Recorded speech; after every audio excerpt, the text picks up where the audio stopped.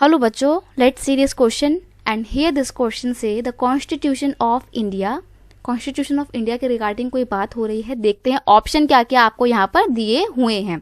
Option है आपके यहाँ पे, सबसे पहला है divided the power between central and state government into 3 list. India का जो कॉन्स्टिट्यूशन है वो सेंट्रल गवर्नमेंट और स्टेट गवर्नमेंट के बीच में पावर को डिवाइड करता है, वो भी 3 लिस्ट में।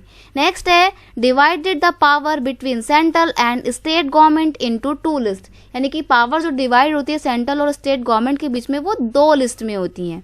अब यहाँ पे 2 लिस्ट आ जाएंगी इस ऑप्शन में। नेक्स्ट है has made no distribution of power between the state and centre. जो इंडिया का कॉन्स्टिट्यूशन है उसने सेंट्रल और स्टेट गवर्नमेंट के बीच में पावर का डिस्ट्रीब्यूशन नहीं किया है। ये ऑप्शन आपको ऐसे एलिमिनेट कर देना है क्योंकि पावर का डिस्ट्रीब्यूशन तो हुआ है। नेक्स्ट है इंडियन कॉन्स्टिट्यूशन या constitution of India has given all the power to the centre. सारी की सारी पावर सिर्फ सेंटर को दे दी गई है, तो ये भी गलत है। पावर को डिस्ट्रीब्यूट किया गया है और कितनी लिस्ट में किया गया है? 2 में नहीं किया गया है। बहुत बच्चे क्या करेंगे कि सेंट्रल गवर्नमेंट को सेंट्रल लिस्ट हो गई, स्टेट गवर्नमेंट की स्टेट लिस्ट हो गई, बस 2 लिस्ट में पावर दिए, तो बिल्कुल गलत हो आप लोग। गलत इसलिए हो क्योंकि जो लिस्ट है वो सिर्फ 2 ही नहीं है बल्कि लिस्ट तो 3 है, इनफैक्ट 4 है।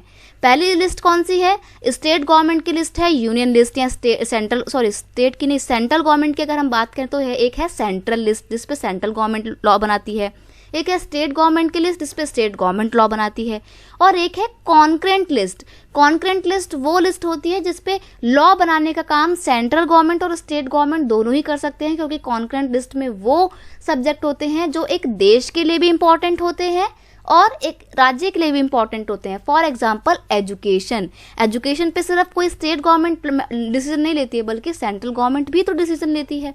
अब आपने देखा होगा अपने स्टेट में, आप जहाँ से भी आप बिलोंग करते हैं वहाँ पर स्टेट गवर्नमेंट के भी स्कूल होते हैं और सेंट्रल गवर्नमेंट के केंद्रीय विद्यालय भी होते हैं, है ना।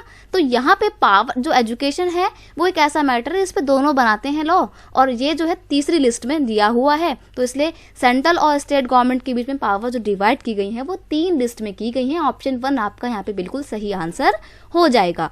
Constitution of India has adopted the federal system, और पावर इसलिए डिस्ट्रीब्यूट की जाती है क्योंकि इंडिया के सिस्टम कॉन्स्टिट्यूशन ने फेडरल सिस्टम को अपनाया है। और इसमें क्या होता है, in which power are share among the different level of government. अलग अलग लेवल ऑफ गवर्नमेंट के बीच में पावर को डिस्ट्रीब्यूट किया जाता है, यानी कि पावर को डिसेंट्रलाइज किया जाता है। ऑप्शन फर्स्ट आपका यहाँ पे बिल्कुल सही आंसर है। I hope you understand it well. Best of luck.